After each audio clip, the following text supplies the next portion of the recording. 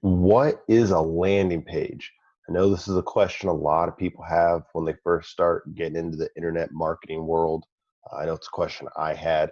So in this video, I'm going to go over exactly what a landing page is so you understand it, and then give you a few examples to help you kind of see what a real landing page will look like on your website. So there's a lot of different definitions that people use to describe a landing page. Um, but for the most part, all of them kind of go in the same direction. It's pretty much just a page that a visitor can land on your website that has a single goal of converting that visitor. Now, that conversion can be a sale, it can be contact information, it can be going to a different page. But overall, it's a page that just has a single goal of a conversion. Now, a landing page can be a few different things. It can be a sales page, which would obviously have the goal of converting that visitor into a buyer. It can be a squeeze page, which has the goal of getting contact information from the visitor. 9 times out of 10, that contact information is going to be email. The only time it really isn't email is if you're doing really, really high ticket sales. And then that case, you're going to want to follow up with them on the phone in just various different ways. So you need more contact information than just email. For the highest conversion on a squeeze page, you are going to want to, it's going to need to be an exchange of value. So no one's just going to give you their contact information just because they feel like it. Normally you have to give them some value in order for them to give you their email address, which is valuable to you. So one way you can do that is through just like free reports or maybe a free training. One of the examples I'm going to show you later, they did a free virtual summit with a lot of different speakers. But whatever it is, it's got to be something of value to the person whose email address you're going to try and get or other contact information. And doing that's really going to bump up your conversion rates. There's also a click through page, which is essentially just a page that you go to that then gets you to go and click over to a sales page. Now, it could just be a little short pop up page. It's like, hey, we're having this sale. Go over here and check it out. It's just kind of an intermediate page that gets a person over to a sales page. Now, a lot of people ask if a home page is a landing page. And some people say it is. I do not think it is. Yes, the homepage has the goal of getting the visitor to buy a product, but the homepage, that's not the only goal on a homepage. A homepage, you could learn more about the company on an About Us page. You could go look at a bunch of different products and product categories. You could go see a whole thing of just reviews and what people think of the company rather than just being a sales page that says, hey, buy this product. Does that make sense? So that's kind of the different ways a landing page, different things a landing page can be. So I wanted to clear this up before we went any further. There's a lot of internet marketers out there who will just say landing page as a big, broad term, and they mean a page that collects an email address. I know that kind of confused me when I first got started and was like trying to find information online, and people were using different terms. And they would call this one thing a landing page, but then also they would call this thing a landing page, or one person would call it this one, and one person would be talking about a page that collects email. They're just saying that because email is the most important part of internet marketing, collecting email addresses. So they're just throwing it out there and assuming you're thinking about email addresses. I just want to clear that up before we moved on. Now, if you're running ads to a landing page, I would suggest running it to a squeeze page, because the squeeze page, because you're only asking for an email address, you're going to get a higher conversion rate. You're going to get more of those visitors into leads, and then you can make the sales with email marketing and the follow-up. Now, you can collect the email and then show them an offer as well. That's kind of a self-liquidating offer funnel. Um, and it's an option, and I'll go over that in another video. But the biggest thing is collecting the email address, because email marketing has the biggest ROI of any marketing activity, biggest return on investment. So make sure you are collecting emails when you can. That's especially important if you're writing it to people who may be newer to your company or to your brand or product.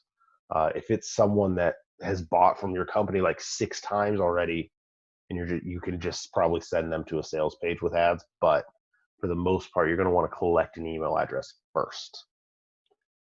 Okay, so now that we did all that, let's go look at some examples. Okay, so this is the first example. This is a squeeze page from Funnel Scripts. Now, I know it looks all fancy, but there's not a lot to this page. If you look, there is a headline, right? And that's about it. There's a headline. If we come down here, there's this stuff, which is just a little bit of copy. That's not a lot of sales copy. And that's it. So if you see this, so there's 2 buttons and a video. If you click any of those, the buttons or that video, all that's going to happen is it's going to pop this up. It's going to ask for name, email address, and then it will register you. That's it. It's very straightforward, very simple. This one looks a little fancier than most just because they have good graphics and stuff in the background, but it's a very straightforward squeeze page. Now, this is another squeeze page from Legendary Marketer for their 15-day business builder challenge. This video is actually a video. It's about 3 minutes, and then they've got some success stories over on the side. Just really, hey, put in your name and email address. Here's this cool thing. Go. That's what a squeeze page is supposed to be. It's supposed to be very straightforward. Just get the name and email, and you don't even need to get the name. Sometimes you can just get the email. Now here's another one. I want to show you this one because it's very simple, and I didn't want you to be overwhelmed by those other 2 that were took more design skills. I mean, this is a very straightforward squeeze page. This is actually my squeeze page, and I wanted to show you this just to drive home a point of keeping it simple. A lot of times we get carried away with design stuff and try and do all kinds of crazy things. This squeeze page, it converted at 65%. So 65% of people who saw this page put in their name and email address and became a lead for me. And I mean, that's a really high conversion rate. And it's just something simple. It's just so simple. Literally, it has a headline and then a spot for name and email address. That's it. It's very straightforward, no fluff, straight to the point. So don't get carried away trying to make it all complicated and look all fancy. It doesn't need to be. Here's another landing page. This one is actually a sales page. Now it's for a free book offer, but you have to pay for shipping. So they're going to have to pull out their credit card, which then makes it a sales page. But if you look at it, you can tell the difference here. This one has a lot more design. It's way, way, way longer. Let's go here. I'll take you all the way to the bottom. Like it's just going and going and going and going. More and more and more and more and more and more. That's what makes this a sales page rather than a squeeze page. Also, if we click on the button, the form that pops up, again, a lot more information. They need the shipping address. They need a phone number. They need all this more information. So it's not going to convert as well as a squeeze page, but this is not something that this company runs to new people to the company. They are running this to people who probably already been involved with their brand a few times, so they can afford to lose on that conversion rate because most of the people, they already have their email address. But again, this is an example of a sales page rather than a squeeze page. Now, this next example, this is the last example.